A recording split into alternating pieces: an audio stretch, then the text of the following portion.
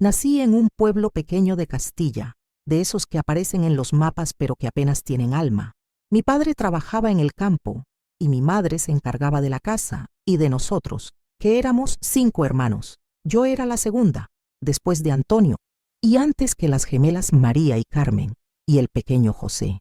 La casa era estrecha, con paredes de adobe que se agrietaban cada invierno, y un patio donde mi madre tendía la ropa que siempre olía a jabón de sosa. Recuerdo los domingos después de misa, cuando todas las familias del pueblo se reunían en la plaza. Los hombres hablaban de la cosecha y las mujeres intercambiaban recetas y chismes. Yo me sentaba en el bordillo con las otras niñas de mi edad, pero siempre me fijaba en una en particular.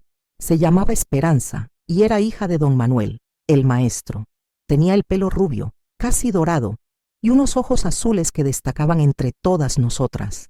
Pero lo que más me llamaba la atención no era su belleza, sino que siempre parecía triste, incluso cuando sonreía.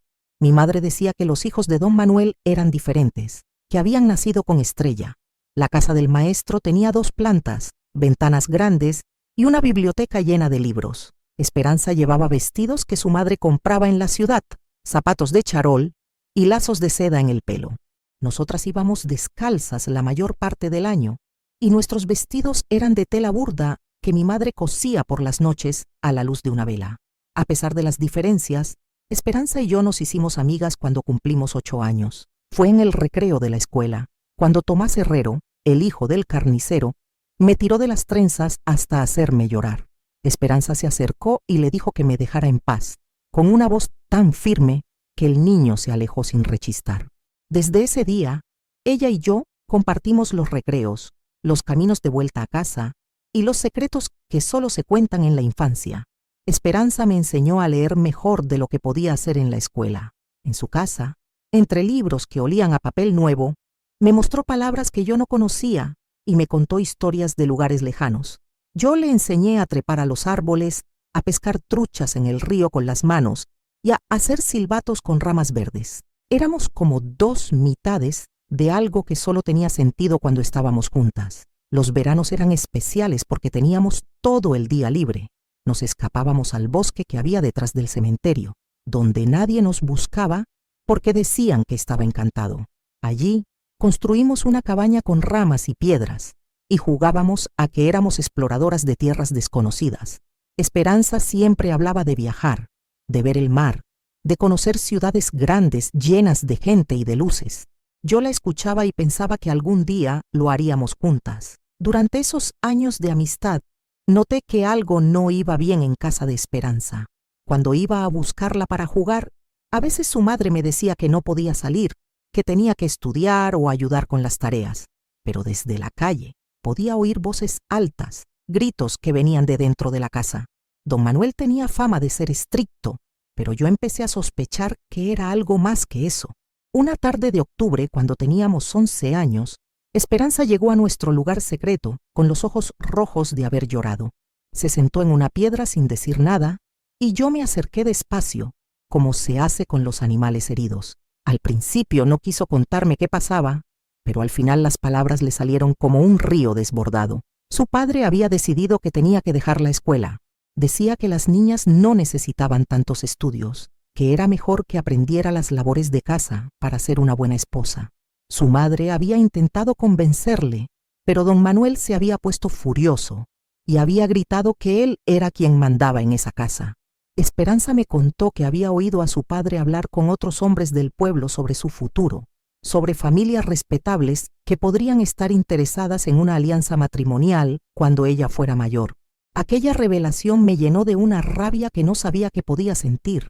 Era injusto que alguien como Esperanza, que era la más inteligente de toda la escuela, tuviera que renunciar a aprender. Era injusto que su futuro se decidiera sin preguntarle qué quería ella. Le prometí que encontraríamos la manera de que siguiera estudiando, aunque fuera en secreto. Durante los meses siguientes, desarrollamos un plan. Yo iba a clase y por las tardes le contaba todo lo que había aprendido. Le llevaba los libros que podía conseguir y las tareas que la maestra nos ponía. Esperanza estudiaba escondida en su habitación, a la luz de una vela, cuando sus padres creían que dormía. Era nuestro secreto, nuestra pequeña rebelión contra un mundo que parecía empeñado en robarle sus sueños. Pero mantener esa doble vida se hizo cada vez más difícil. Mi madre empezó a preguntarme por qué llegaba tarde a casa, por qué mis libros aparecían maltratados, por qué gastaba tanto aceite en la lámpara de mi cuarto. Tuve que inventar excusas, mentir por primera vez en mi vida, y eso me hacía sentir como si estuviera traicionando también a mi familia.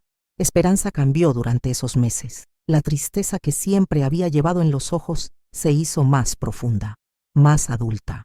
A veces la encontraba llorando sin razón aparente, o mirando al horizonte como si esperara que alguien viniera a rescatarla. Su padre se había vuelto más vigilante, más estricto con sus horarios y sus salidas. Las pocas veces que conseguíamos vernos tenían que ser en secreto, como si fuéramos criminales. Un día de primavera, cuando acabábamos de cumplir 12 años, Esperanza me pidió que nos viéramos en nuestra cabaña del bosque. Había algo diferente en su manera de hablar, una urgencia que me puso nerviosa. Cuando llegué, la encontré sentada en el suelo, abrazándose las rodillas. Tenía una carta en la mano.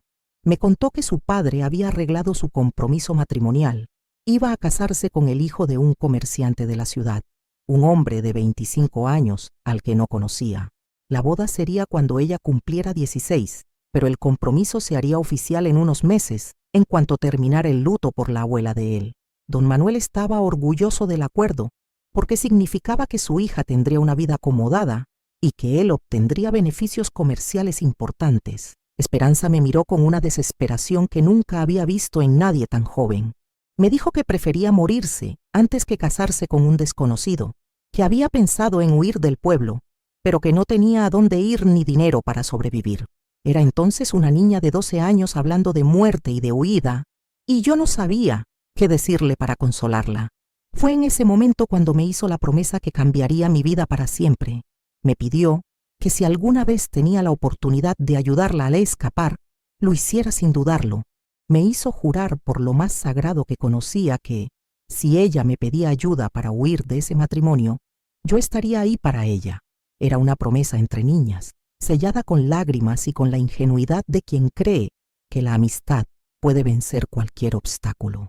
Le juré que sí, que haría todo lo que estuviera en mi mano para ayudarla. En aquel momento, sentada en nuestro refugio secreto, rodeadas de árboles que habían sido testigos de tantos juegos y confidencias, pensé que cumplir esa promesa sería lo más natural del mundo. No podía imaginar las circunstancias que se avecinaban, ni cómo la vida puede complicarse de maneras que una niña de 12 años no es capaz de prever. Los meses siguientes transcurrieron entre la normalidad aparente y la tensión creciente. Esperanza tuvo que dejar definitivamente la escuela y empezó a pasar más tiempo en casa, aprendiendo bordado y costura bajo la estricta supervisión de su madre. Nuestros encuentros se hicieron cada vez más esporádicos y siempre tenían que ser planificados con cuidado militar. Mientras tanto, mi propia vida empezaba a cambiar también. Mi padre enfermó durante la cosecha de ese año, una enfermedad extraña que le dejaba sin fuerzas y le hacía toser sangre por las noches.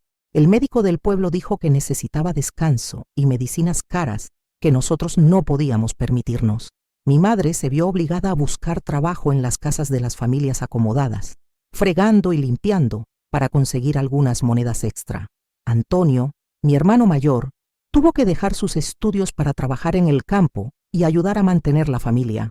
Yo me convertí en la segunda responsable de la casa, cuidando de las gemelas y del pequeño José mientras mi madre trabajaba. Los libros y las tardes de juego se convirtieron en lujos que ya no podía permitirme. Fue durante esos meses difíciles cuando recibí una noticia que cambiaría todo definitivamente. Mi tía Remedios, la hermana de mi madre, que vivía en Madrid, escribió una carta ofreciéndome la oportunidad de ir a trabajar a su casa. Necesitaba una chica joven para ayudar con las labores domésticas y cuidar de sus 2 hijos pequeños. A cambio me ofrecía una habitación, comida y un pequeño salario que podría enviar a mi familia. La decisión se tomó en una noche. Mi madre me explicó, con lágrimas en los ojos, que era la única manera de asegurar que yo tuviera un futuro mejor y de ayudar económicamente a la familia. Madrid significaba oportunidades, la posibilidad de aprender cosas nuevas, de conocer un mundo más amplio que nuestro pequeño pueblo. Pero también significaba alejarme de todo lo que conocía, y especialmente de Esperanza, justo cuando más me necesitaba. Tuve 3 días para despedirme de todo lo que había sido mi vida hasta entonces. 3 días para empacar mis pocas pertenencias en una maleta de cartón que había pertenecido a mi abuela, y para encontrar la manera de decirle a Esperanza que me marchaba justo cuando había prometido estar ahí para ella. La encontré en el mercado, ayudando a su madre a comprar verduras para la cena. Cuando nuestros ojos se cruzaron, supe que ella ya había oído los rumores. En un pueblo tan pequeño, las noticias viajan más rápido que el viento. Su cara se descompuso al verme, y tuve que hacer un esfuerzo sobrehumano para no echarme a llorar allí mismo, delante de toda la gente. Esa tarde conseguimos vernos a solas por última vez.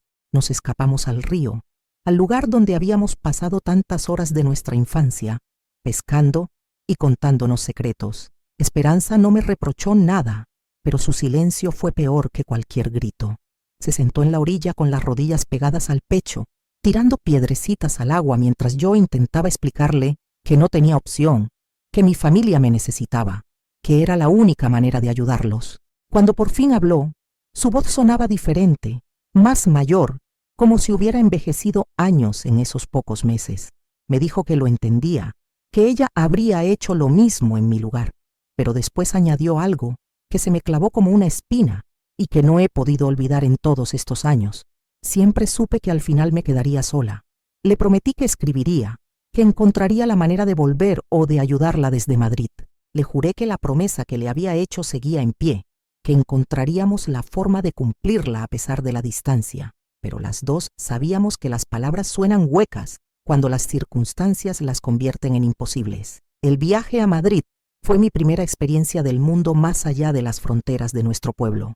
El tren, las estaciones llenas de gente, los edificios altos, las calles anchas por las que circulaban coches y carruajes, todo me pareció inmenso y aterrador. Mi tía Remedios me recogió en la estación de Atocha, una mujer pequeña y nerviosa que hablaba muy rápido y que me llevó directamente a su casa sin darme tiempo a asimilar lo que veía. La casa de mi tía estaba en un barrio de clase media, con balcones de hierro forjado y escaleras de mármol. Era infinitamente más elegante que cualquier cosa que hubiera visto en mi vida, pero también más fría. Mi habitación era un cuarto pequeño en el último piso, con una ventana que daba al patio interior y una cama estrecha donde apenas cabía mi maleta. Los primeros meses fueron duros.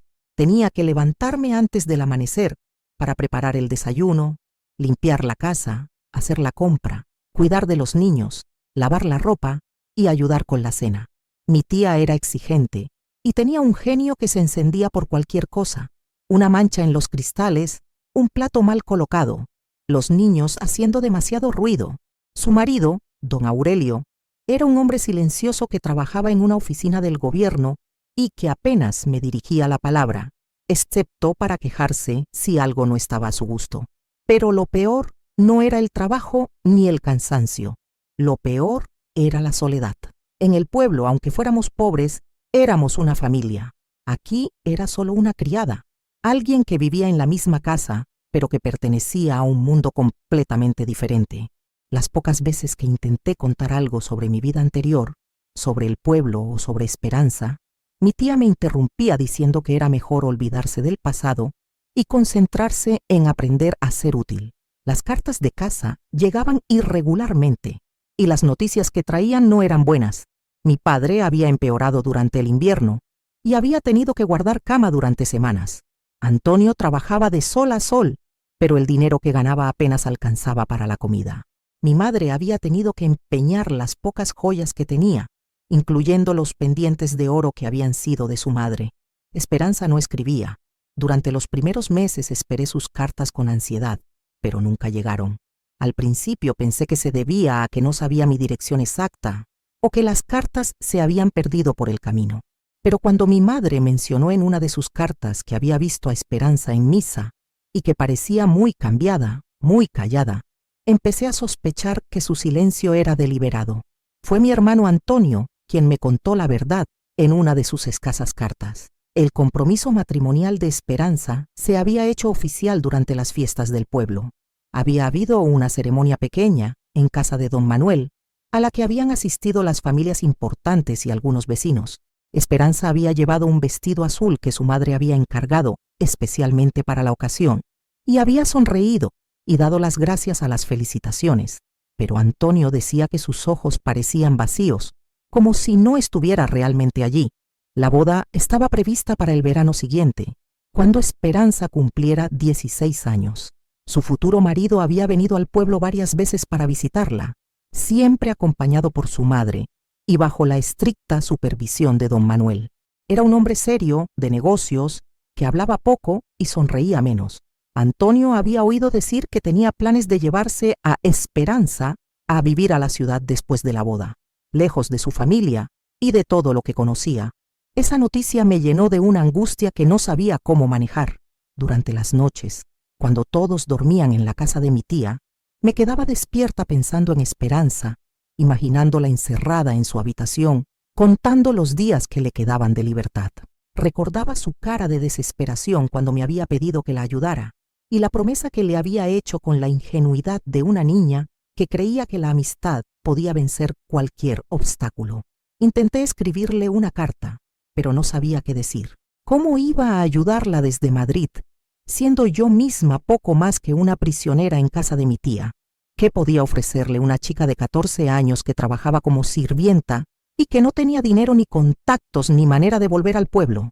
La carta se quedó a medias, guardada en el cajón de mi mesita, junto con todas las palabras que no fui capaz de escribir. Mi vida en Madrid se convirtió en una rutina mecánica: trabajo, cansancio, soledad y por las noches el peso de una promesa que no sabía cómo cumplir. Mi tía había empezado a hablar de la posibilidad de que me quedara permanentemente, de que aprendiera a ser una buena ama de llaves y encontrara trabajo en una casa mejor. Pero yo no podía dejar de pensar en el pueblo, en mi familia y especialmente en Esperanza. Fue durante el segundo invierno cuando las cosas empezaron a complicarse de una manera que no había previsto. Don Aurelio, el marido de mi tía, empezó a prestarme una atención que me incomodaba. Al principio pensé que eran cosas mías, miradas que duraban un poco más de lo normal, roces casuales cuando pasábamos por el pasillo estrecho, pero pronto se hizo evidente que no era casualidad. Una noche, cuando mi tía había salido a visitar a una amiga enferma y los niños dormían, don Aurelio apareció en la cocina donde yo estaba terminando de limpiar los platos de la cena. Se acercó más de lo que era apropiado y me dijo que había notado que me estaba haciendo una mujer muy guapa, que era una lástima que trabajara tan duro cuando podría tener una vida más fácil si era inteligente. No entendí completamente lo que me estaba insinuando hasta que intentó tocarme. Me aparté instintivamente, pero él se puso serio y me recordó que yo dependía de su generosidad, que sin su casa no tendría dónde ir, que mi familia necesitaba el dinero que yo enviaba cada mes. No dijo nada más esa noche, pero el mensaje era claro. Durante las semanas siguientes, la situación se hizo insostenible. Don Aurelio buscaba cualquier excusa para quedarse a solas conmigo, y sus insinuaciones se hicieron cada vez más explícitas. Una tarde intentó besarme a la fuerza cuando yo estaba limpiando su despacho. Conseguí escapar, pero él me siguió y me dijo que era mejor que fuera razonable, que las chicas, como yo, no tenían muchas opciones en la vida. No podía contárselo a mi tía porque sabía que no me creería, o peor aún, que me echaría la culpa a mí. No podía escribir a mi familia porque no quería preocuparlos y porque necesitaban desesperadamente el dinero que yo enviaba. Me sentía atrapada en una situación que empeoraba cada día, sin nadie a quien recurrir. Fue entonces cuando decidí hacer algo que cambiaría mi vida para siempre. Una noche, después de que don Aurelio intentara entrar en mi habitación y yo tuviera que empujar la cómoda contra la puerta para impedírselo, tomé la decisión de huir. No podía volver al pueblo porque eso significaría admitir mi fracaso y dejar a mi familia sin los ingresos que tanto necesitaban. Pero tampoco podía quedarme en esa casa un día más. Robé el dinero que pude encontrar en el despacho de don Aurelio, lo suficiente para sobrevivir unas semanas, y escapé antes del amanecer. Sabía que era un delito, que si me encontraban podría ir a la cárcel, pero en ese momento me pareció que no tenía otra opción. Dejé una carta para mi tía, explicándole que había tenido que marcharme por razones personales, sin mencionar el verdadero motivo. Madrid se convirtió entonces en una jungla hostil, donde una chica de 15 años sin familia ni referencias tenía pocas posibilidades de sobrevivir honradamente. Dormí en pensiones baratas, en bancos de parques y algunas noches bajo los puentes del Manzanares. Busqué trabajo en casas, en fábricas, en tiendas, pero sin cartas de recomendación ni experiencia documentada. Las puertas se cerraban una tras otra. Fue durante esas semanas desesperadas cuando conocí a Consuelo, una mujer de mediana edad que regentaba una casa de huéspedes en uno de los barrios más pobres de la ciudad. Me ofreció una habitación a cambio de trabajo, sin hacer demasiadas preguntas sobre mi pasado. Era una mujer dura, marcada por una vida difícil, pero tenía un código de honor que respetaba. En su casa había reglas estrictas, pero también protección para las chicas que, como yo, habían llegado allí huyendo de situaciones imposibles. Trabajé para Consuelo durante casi 2 años, limpiando habitaciones, sirviendo comidas, haciendo recados por el barrio. Era un trabajo honrado, aunque mal pagado, y me permitió enviar algo de dinero a mi familia, aunque mucho menos de lo que había podido mandar desde casa de mi tía. Las cartas de mi madre se hicieron menos frecuentes, y cuando llegaban, las noticias eran cada vez peores. Mi padre había muerto durante un invierno especialmente crudo, Antonio había tenido que irse a trabajar a otra provincia, y las gemelas habían empezado a trabajar como costureras para ayudar a mantener a la familia. Pero lo que más me dolía era no saber nada de Esperanza. En las pocas cartas que recibía de casa, nunca se la mencionaba, como si hubiera desaparecido del pueblo o como si fuera un tema demasiado doloroso para hablar de él. Intenté escribir al maestro don Manuel, pero nunca recibí respuesta. La ausencia de noticias se convirtió en una tortura constante, alimentando mi imaginación con los peores escenarios posibles. Un día de primavera, cuando llevaba casi 3 años en Madrid, recibí una carta inesperada. No venía de mi pueblo, sino de la ciudad vecina, y la letra era desconocida. Cuando la abrí, descubrí que estaba firmada por una tal Carmen Ruiz, que decía ser prima de Esperanza. La carta era breve y directa. Esperanza había huido de casa la noche antes de su boda. Carmen me contaba que Esperanza había desaparecido sin dejar rastro, llevándose solo la ropa que tenía puesta y algo de dinero que había conseguido ahorrar en secreto. Don Manuel había movido cielo y tierra para encontrarla. Incluso había puesto a la Guardia Civil sobre su pista, pero no había logrado dar con ella. Habían pasado ya varios meses desde su fuga, y la familia estaba desesperada. Carmen había conseguido mi dirección a través de mi madre, y me escribía porque esperaba que yo supiera algo, que Esperanza se hubiera puesto en contacto conmigo, pero yo no sabía nada. Durante todos esos años en Madrid, había esperado recibir una carta de Esperanza pidiéndome ayuda. Había imaginado 1000 veces el momento en que tendría que cumplir mi promesa, pero cuando llegó el momento de la verdad, cuando ella más me necesitó, yo no estaba allí. Peor aún, ni siquiera sabía que había huido hasta meses después de que ocurriera. La culpa se apoderó de mí como una enfermedad. Durante las noches, no podía dejar de pensar en Esperanza, sola en algún lugar, quizás pasando hambre, quizás en peligro, mientras yo había estado limpiando habitaciones ajenas sin saber que mi mejor amiga estaba desesperada en algún lugar del mundo. Había roto mi promesa de la manera más cruel posible, simplemente no estando allí cuando me necesitaba. Empecé a buscarla obsesivamente. Recorrí todos los barrios de Madrid preguntando por una chica joven, rubia, de ojos azules, que podría haber llegado sola y sin recursos. Visité conventos, hospitales, casas de caridad, pensiones baratas. Escribí cartas a otras ciudades, a familiares lejanos, a cualquier persona que pudiera tener alguna información, pero era como buscar una gota de agua en el océano. Consuelo me advirtió que mi obsesión me estaba consumiendo, que tenía que aceptar que algunas personas desaparecen de nuestras vidas para siempre, pero yo no podía resignarme. La promesa que le había hecho a Esperanza se había convertido en el centro de mi existencia, en el peso que llevaba a todas partes y que no me dejaba descansar. Fue durante esos meses de búsqueda desesperada cuando conocí a Miguel, un hombre mayor que trabajaba como escribiente en una oficina del gobierno y que frecuentaba la casa de huéspedes de Consuelo. Era viudo, sin hijos, y tenía una manera tranquila de hablar que contrastaba con el caos que se había apoderado de mi vida. Me ofreció casarme con él, no por amor, sino por conveniencia mutua. Él necesitaba una mujer que cuidara de su casa, y yo necesitaba la seguridad y el respeto que daba el matrimonio. Acepté su propuesta sin pensarlo demasiado, como quien acepta un refugio durante una tormenta. Miguel era un hombre bueno, decente, que me trataba con respeto y que nunca me pidió más de lo que yo podía dar. Pero nuestro matrimonio se construyó sobre el silencio de todo lo que yo no podía contarle, sobre el peso de una promesa rota que él no podía entender. Los años pasaron en una rutina doméstica que debería haber sido tranquilizadora, pero que a mí me parecía una condena.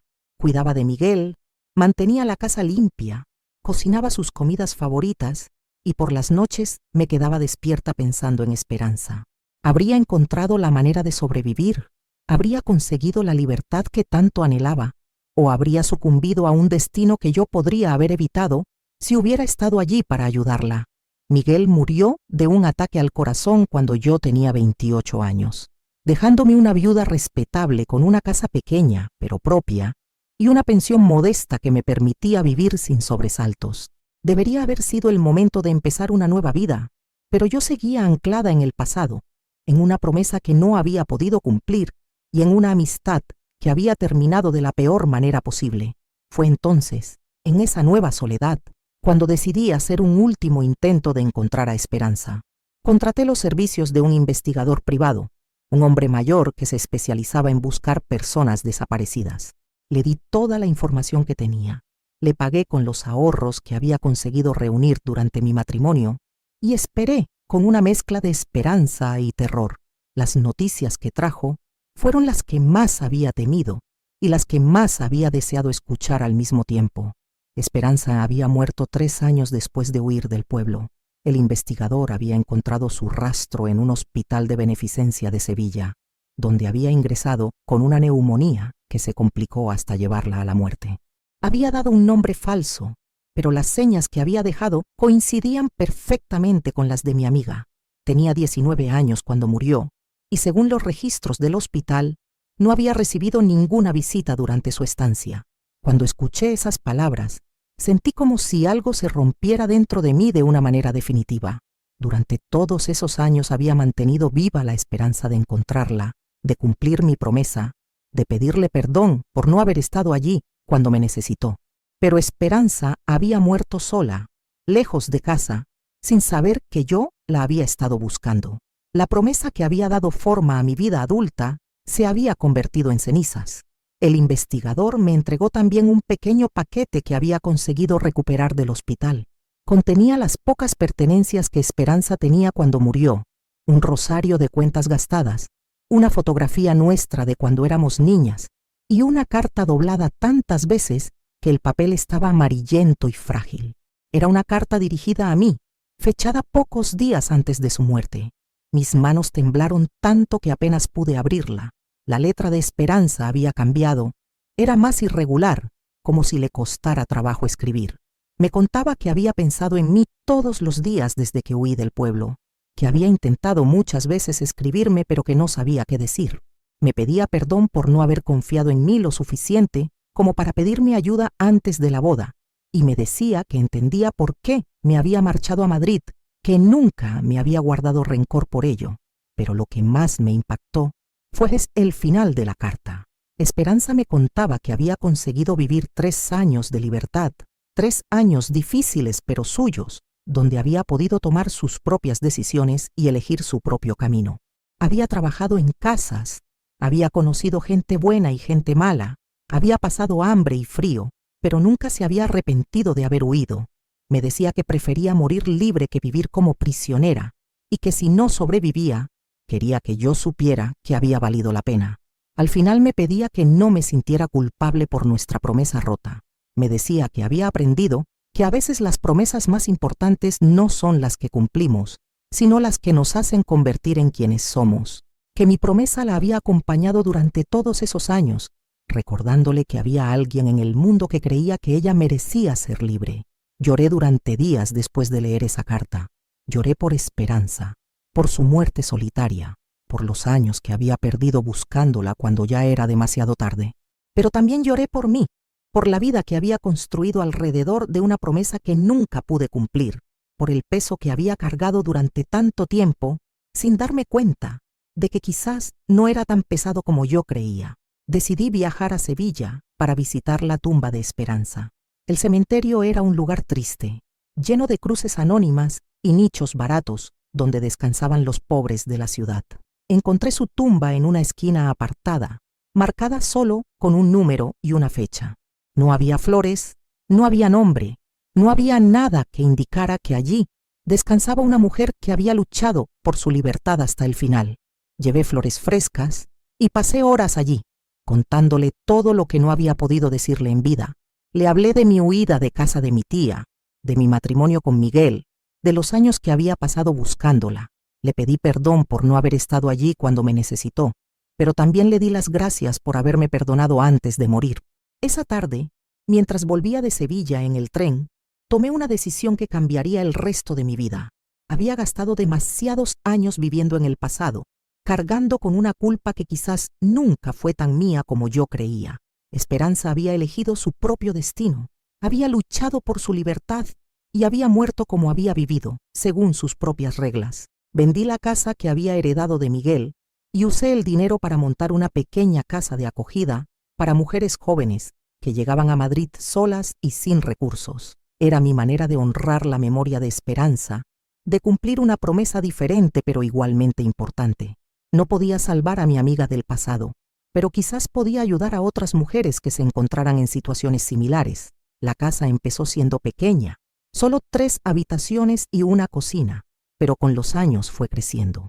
Acogía a chicas que huían de matrimonios forzosos, que buscaban trabajo en la ciudad, que habían tenido problemas con sus familias. Algunas se quedaban solo unas semanas, otras varios meses. Les enseñaba oficios básicos, las ayudaba a encontrar trabajo honrado, las protegía de los peligros que acechaban a las mujeres jóvenes sin protección en una ciudad como Madrid. Una de las primeras chicas que acogí se llamaba Soledad y tenía la misma edad que había tenido Esperanza cuando huyó del pueblo. Había escapado de un matrimonio concertado con un hombre que le doblaba la edad y llegó a mi puerta una noche de invierno empapada por la lluvia y temblando de frío y miedo. Cuando la vi, fue como ver un fantasma del pasado, pero esta vez tenía la oportunidad de hacer las cosas bien. Soledad se quedó conmigo durante 8 meses. La ayudé a aprender a leer y escribir correctamente. Le enseñé a coser y a llevar cuentas, y finalmente conseguí que la contrataran como dependienta en una tienda de telas del centro. El día que se marchó para empezar su nueva vida independiente, me abrazó con lágrimas en los ojos y me dijo que le había salvado la vida. Pero yo sabía que las cosas no eran tan simples. Yo no había salvado a Soledad. Ella se había salvado a sí misma, tomando la decisión valiente de huir y buscar ayuda. Yo solo había estado allí en el momento adecuado, proporcionándole las herramientas que necesitaba para construir su propia libertad. Durante los años siguientes, vi pasar por mi casa a docenas de mujeres jóvenes. Algunas conseguían salir adelante y construir vidas independientes y dignas. Otras no tenían tanta suerte y acababan volviendo a situaciones que no les convenían o cayendo en manos de gente que se aprovechaba de su vulnerabilidad. Aprendí que salvar a alguien es mucho más complicado de lo que había imaginado cuando era joven, que a veces las mejores intenciones no son suficientes para cambiar el destino de una persona, pero también aprendí que el simple hecho de ofrecer una alternativa, de demostrar que existían otras opciones, podía marcar la diferencia entre la desesperación y la esperanza. Cada mujer que ayudé me enseñó algo nuevo sobre la resistencia, sobre la capacidad del ser humano para sobrevivir a circunstancias imposibles y encontrar maneras de seguir adelante. Recibí noticias esporádicas de mi pueblo durante esos años. Mi madre murió cuando yo tenía 35 años y Antonio se hizo cargo de la pequeña propiedad familiar. Las gemelas se casaron y tuvieron hijos, construyendo las vidas normales que yo nunca había podido tener. Don Manuel envejeció y perdió gran parte de su influencia, aunque nunca dejó de preguntar por Esperanza cuando alguien del pueblo venía a Madrid. Nunca le conté a nadie la verdad sobre lo que había pasado con Esperanza. Dejé que siguiera siendo un misterio. una historia de una joven valiente que había desaparecido en busca de su libertad. Era mejor así, más digno para su memoria que las circunstancias reales de su muerte. Cuando cumplí 50 años, mi casa de acogida había ayudado a más de 200 mujeres jóvenes. Algunas habían mantenido el contacto conmigo a lo largo de los años, contándome sus progresos, presentándome a sus hijos, invitándome a sus bodas cuando se casaban por amor y no por obligación. Esas cartas se convirtieron en mi mayor tesoro, la prueba de que mi vida había tenido un propósito más allá de la promesa rota de mi juventud. Una tarde de primavera, mientras estaba ordenando los papeles de la casa, encontré la carta de esperanza que había guardado todos esos años. La volví a leer y por primera vez pude hacerlo sin llorar. Sus palabras habían adquirido un significado diferente con el paso del tiempo. Ya no veía en ellas solo el perdón por mi fracaso, sino también la confirmación de que había encontrado el camino correcto para honrar su memoria. Me di cuenta de que durante todos esos años había estado cumpliendo una promesa diferente a la que había hecho originalmente. No había podido salvar a Esperanza, pero había salvado a muchas otras mujeres que se encontraban en circunstancias similares. No había podido estar allí para mi mejor amiga cuando me necesitó, pero había estado allí para decenas de desconocidas que llegaron a mi puerta buscando ayuda. La promesa que le había hecho a Esperanza cuando éramos niñas había sido ingenua, hecha desde la ignorancia de quien no conoce la complejidad del mundo. Pero esa promesa me había llevado por un camino que me había convertido en alguien útil, en alguien capaz de marcar una diferencia real en la vida de otras personas. Ahora, a los 82 años, vivo en esta residencia rodeada de gente que, como yo, ha llegado al final de su camino.